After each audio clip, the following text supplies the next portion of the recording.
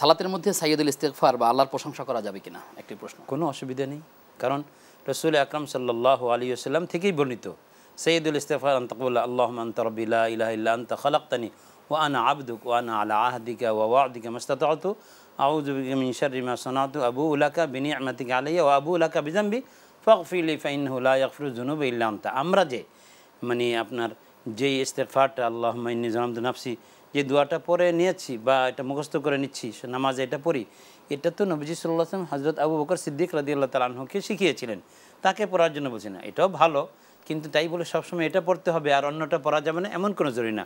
সাইয়্যিদুল ইস্তিগফারের যে দোয়াটা আমাদেরকে একটু মোটামুটি আবারটা বলেন। আল্লাহুম্মা আনতা রব্বি লা ইলাহা ইল্লা আনতা, হে আল্লাহ আপনি আমার রব, আপনি ছাড়া কোনো রব নেই, কোনো ইলাহ নেই। খালাকতানি ওয়া আনা আবদুক, আপনি আমাকে সৃষ্টি করেছেন, আমি আপনার গোলাম। ও আনা আলা আহদিকা ওয়া ওয়া'দিক, আমি আপনার সাথে সেই রুহের জগতে যে প্রতিশ্রুতি দিয়ে এসেছি, ওয়াদা করে এসেছি, তার উপর এখনও বিরাজ আছি, আমি সেটাকে ধরে রেখেছি। মাস্তাতাতু, এবং যতক্ষণ পারবো ধরে রাখবো। আবু উলাকা বিনি'মাতিকা আলাইয়া, আমার উপর আপনার যে নিয়ামতগুলো আছে সেগুলোর আমি শুকরিয়া আদায় করছি। আবু উলাকা বিদাম্বি, আর আমি এই নিয়ামতের বিপরীতে যে গুনাহ করেছি সেগুলোর জন্য আপনার কাছে ক্ষমা প্রার্থনা করছি। আল্লাহুম্মা আনতা রাব্বি লা ইলাহা ইল্লা আনতা খালাকতানি ওয়া আনা আবদুক ওয়া আনা আলা আহদিক ওয়া ওয়া'দিক মাস্তাতাতু আউযু বিকা মিন শাররি মা সানাতু, আমি যে খারাপ কাজগুলো করেছি এগুলো থেকে আপনার কাছে পানাহ চাচ্ছি, আশ্রয় চাচ্ছি, আমাকে ক্ষমা করে দেবেন। আবু উলাকা বিনি'মাতিকা আলাইয়া, নিয়ামতের শুকরিয়া আদায় করছি। ও আবু উলাকা বিজাম্বি, আমার অপরাধগুলো আপনার কাছে স্বীকারোক্তি দিচ্ছি। ফাগফিরলি ফাইন্নাহু লা ইয়াগফিরু যুনুবা ইল্লা আনতা, হে আল্লাহ আপনি ক্ষমা না করলে কোনো ব্যক্তির, কোনো সত্তার কারো অধিকার নেই ক্ষমা করার, সুতরাং আপনার কাছেই আমি ক্ষমা প্রার্থনা করছি, মেহেরবানি করে অধমের জন্য ক্ষমার ফয়সালা করুন। সাইয়্যিদুল ইস্তিগফার আমাদের আসলে শেখা উচিত, আমরা শেখার চেষ্টা করব ইনশাআল্লাহ তাআলা।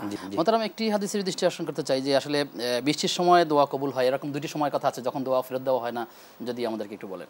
হ্যাঁ, রাসূল আকরাম সাল্লাল্লাহু আলাইহি ওয়াসাল্লাম, বৃষ্টি আসলে আমরা তো অতিবৃষ্টির দেশ, এজন্য বৃষ্টিকে তেমনটা মূল্যায়ন করি না, কিন্তু আরব দেশে দেখবেন এবং তাদের সেই ঘরের চৌহদ্দির মধ্যে এই কথা খুবই প্রচলিত আছে যে মহিলারা একেবারে সব কাপড় চোপড় মানে যেগুলো খোলা যায় সেই কাপড় চোপড় খুলে সরাসরি বৃষ্টি উপভোগ করছেন, মানে শুধু মহিলারা।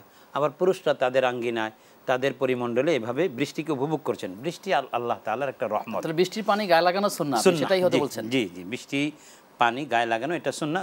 রাসূল আকরাম সাল্লাল্লাহু আলাইহি ওয়াসাল্লাম এটাকে নিজে করছেন এবং বলছেন একথা, নবীজির ইরশাদ যে আল মাতারু খায়রুন কুল্লু লা ইউদরা আউয়ালুহু খায়রুন আও আখিরুহু, যে বৃষ্টির প্রথম ফোঁটাটা বেশি কল্যাণকর না শেষেরটা, এটা কেউ বলতে পারবে না, এটা শুধু রব্বুল আলামিন বলবেন। এজন্য বৃষ্টি যখন বর্ষিত হয় এটা জলোচ্ছ্বাস, তুফান, ভয়ঙ্কর রূপ ধারণ না করে, তখন নবীজি সাল্লাল্লাহু আলাইহি ওয়াসাল্লাম একেবারে এগুলোকে শরীরে, মাথায়, চেহারার মধ্যে স্পর্শ করে নিতেন, যাতে আল্লাহর রহমত এবং বরকতগুলো তার শরীরের মধ্যে বিরাজমান থাকে।